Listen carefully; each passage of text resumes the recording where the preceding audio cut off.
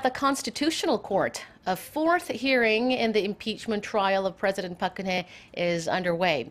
During the morning session, Presidential Security Office Administrator Lee Young-sun was quizzed about his role at the presidential office of Cheong Wa Dae and how much he knows about Choi Soon-sil's access to the presidential compound. He said his main duty is to be one of the president's bodyguards, though he also takes care of smaller tasks like picking up her clothes from designer shops.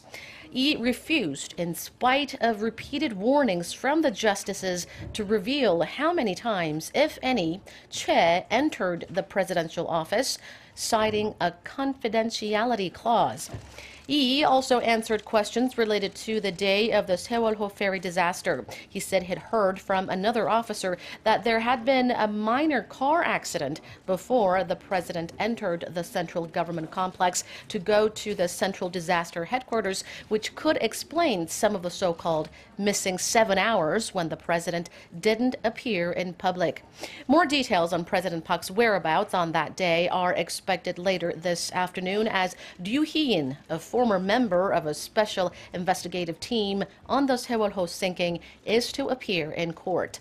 Also, Cho Han-gyu, the former president of the local daily Segeilbo, is slated to testify today about an exclusive report the daily ran in late 2014 that detailed the ties between Chung Yun-hye, the ex-husband of Choi Soon-sil, and senior presidential officials. The Daily has said it was subject to tax audits and search and seizure raids after the report was published, and that the Park administration had ordered the actions.